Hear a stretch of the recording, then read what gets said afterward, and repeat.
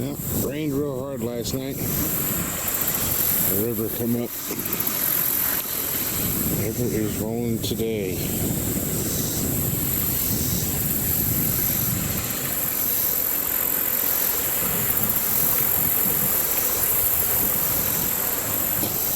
This video is gonna be like an update. Haven't had a whole lot going on here, so just kind of rolling with the punches. I haven't really gone out to research. The ticks are so bad that it makes it really hard to get out there. Like 1 or 2 ticks ain't too bad, but you literally get not hundreds but thousands of seed ticks on you.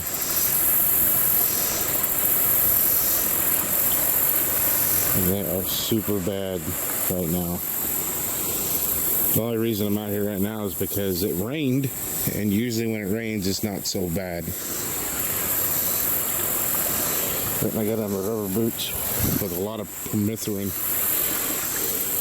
As long as I stay out of the tall grass, I should be fine.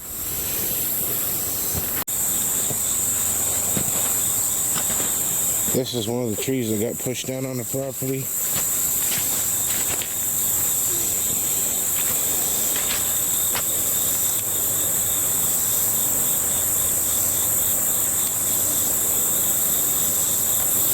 It's been a while. It was nice and green.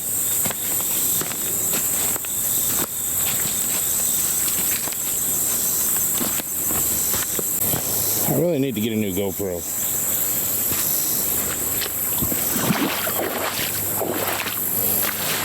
I hate to drop this Panasonic in the water. I actually need to replace this camera because Shelby and Sabrina had some stuff going on over at their house, and he called me and told me. So I grabbed all my camera gear, and I was in Crocs. I was almost in my pajamas, and I take off running to get over there as soon as I could, and I tripped going up the stairs and I fell on my camera, and now the little flip out screen's giving me trouble.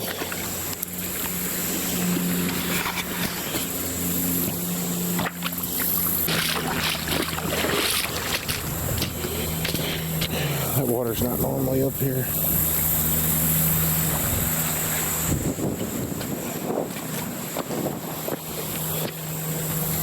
Some old beaver sticks.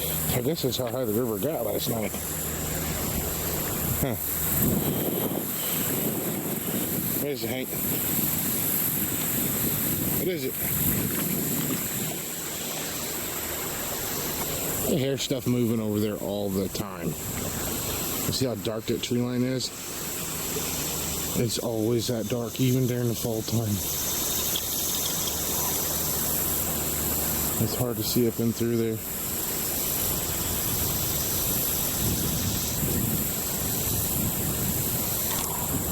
It's creepy. What the hell?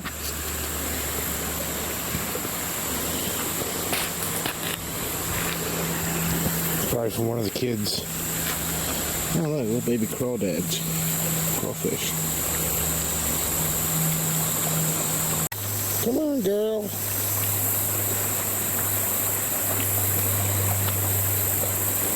Come on. Ooh. You made it. You made it. You made it. Sabrina took the puppy outside to go to the bathroom. She opened the back door, got the puppy out on the back porch, and she heard a real deep growl. And she said that the growl was real loud and real deep.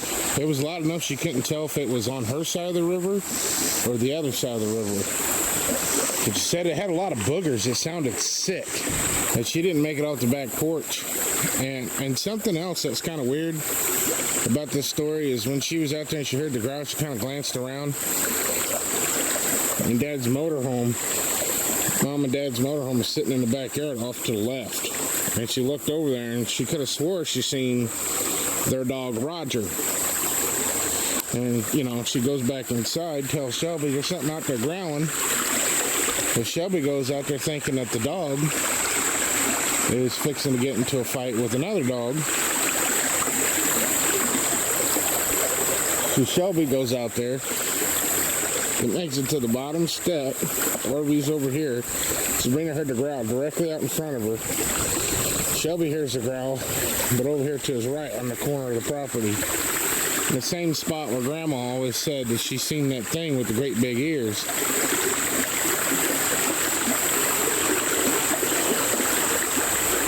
So Shelby calls me. There's something over here growling. He said the same thing. It sounded sick. Real loud and real boogered up. And that's when I tripped and fell on my camera trying to get to the car and get over there as fast as I could. Well, I got over there and it started raining. I had like maybe 2 minutes of looking around. Didn't hear anything. It started raining. I asked Shelby, I said, where's Roger? And he said, I don't know. We was hollering and calling for Roger. Mom and Dad weren't at the camper. They went up to Bryant's cabin right up the road, and Roger, the dog Roger, followed them up there and had been up there with them the whole time. We didn't know that until we called Dad and asked him if Roger was with them. And he said, yeah, Roger's here with me and Mom. He's been laying here eating bacon with us, talking to Bryant. And Sabrina, her face run cold because she knows she's seen some sort of dog over there by that camper.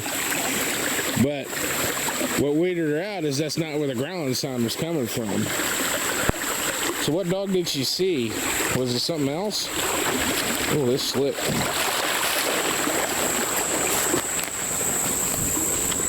We didn't get anything on camera. And then this weekend, Labor Day weekend, Shelby heard the growling again. I was already asleep and I didn't even get a chance to make it over there for that one.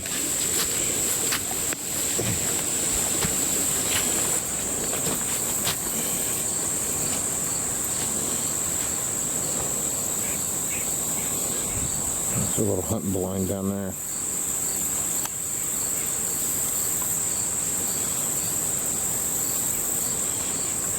And one of the things that we're going to do on the channel, it's going to be a huge improvement. It's going to work really great in the full time. Well, we're going to buy a very expensive thermal drone, along with a bunch of new upgrades. At this point, we're just kind of waiting on the money to load up a little bit, and just as soon as it does, we're going to pull the trigger. I mean, like, that day, I'm pulling the trigger. Song meters. A song meter is just like, it's a sound recorder, you know, for vocalizations that you can screw to a tree or strap to a tree, kind of like a game camera. And you could leave them out there for months on end. I mean, they only turn on when they hear stuff, from my understanding. They're waterproof, which is a big plus. Because last night I set up my auto recorder and I was laying in bed and I was just about to doze off and I hear thunder. I'm like, oh God, big thunderstorm, crazy. Oh, my audio recorder. So I ran out there in my pajamas last night, got soaking wet getting my audio recorder out. The hex suits, they're like a human Faraday cage. We're going to get a bunch of that. It's camouflage, but what it does is it reduces the EMF that the human body naturally puts off. And it really helps. So these Sasquatch, if they can sense that kind of stuff like game cameras, then they can sense you in camouflage. So if we get these, I mean, everybody swears by them that they help so much with animals getting closer when they're hunting. One of the other things we're going to be doing is we're going to be buying gimbals to make this shakiness not so bad. One of the other things we're going to do is we're going to buy like a box van, and we're going to build a mobile command center. And on this mobile command center, I'm going to put like an exoskeleton roll cage on it. I would like to put 3 to 4 monitor screens in it. I want to put like night vision security cameras, surveillance cameras around it. I don't know if I want to do like mount the cameras on the exoskeleton roll cage, or if I want to put one of those camera masts that telescope up the back like the military has. But the idea is to be able to take this thing out. Let's say I could pull down here and just back in and set up and do vocalization calls. I could run thermal. I could deploy my thermal drone. I can research out of it, you know, like go over my audio files, and I can sleep in it, you know, like I'm going to put solar panels on it and basically set it up for boondocking, so that way when I'm out here doing this stuff, I don't have a generator just, you know, scaring everything away. And we'd like to buy some sort of follow vehicle.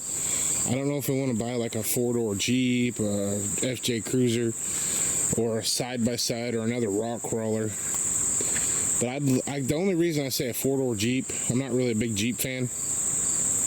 You know, I do like them, but the idea behind the Jeep is I can take the doors off, and it's road legal. So you know, me and a couple people could take the thermal cameras and run back roads, you know, slowly creep and run thermal and see if we can spot anything from the road, because there's a lot of road crossing sightings. And me and Brittany have done it a few times, and I actually really enjoyed doing it, but I was driving, so I couldn't really do it.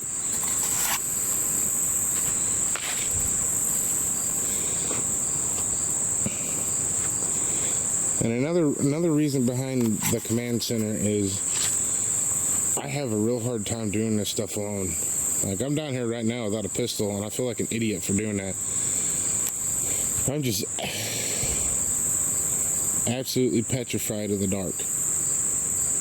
Unless I got someone with me, it's a little easier on me. Having this command center with the exoskeleton roll cage, I'm going to have the mentality that when I build it, that if a T-Rex was to come out of the woods, I wouldn't have to worry about a T-Rex being able to get me inside of it. I mean, I'm going to armor this thing up. I'm basically going to build a mobile command center tank. But with the dynasty of having a toilet and a bed and air conditioning. The thing about having a Jeep as a follow car, I mean, there's plenty of pros. 1, it can be street legal. 2, it's full drive. You know, 3, you can pop the top down and do some back roading, and you have windshield wipers, heater, air conditioning. But it's not going to fit very many places. Like, if you guys only knew half the places I've gone in an off-road vehicle, there's so many trails that I could take if my truck or Jeep would fit down them. But a lot of them are side-by-side trails, and they're not real wide, so you got to be very, very strategic about getting around the trees. So with a side-by-side, I can fit more places, yeah. But, you know, I'm losing the air conditioning, I'm losing the heater, I'm losing the drivability on the road, which around here, they don't really care about it. As long as you have your orange triangle, nobody bothers you. You can, I mean, everybody drives the damn things in town. But I want to go more places. I want to get out of this small town. I want to get out. Like, I would really, really, really love to hit the Alaskan highway and go to Alaska. You know, if I had a Jeep and had a trailer behind my mobile command center, I could just trailer the daggum thing with me. But that's another con about having a Jeep, is you got to have a low boy trailer, a car trailer, versus side by side. If I'm buying a box van, hell, I could put that thing in the back of the box and not even have to worry about pulling a trailer. But with the GoPros, I can set them up on tripods with motion tracking camera mounts. I can have your tripod, motion tracking camera mount, and then the GoPro. Or a camera like this one I'm filming on with night vision, so if something walks in front of it, the camera will follow it. Which would also help, like in the cases that I am out and I am filming myself in the night. I can put the camera on a tripod and it'll follow me as I'm walking around doing my thing.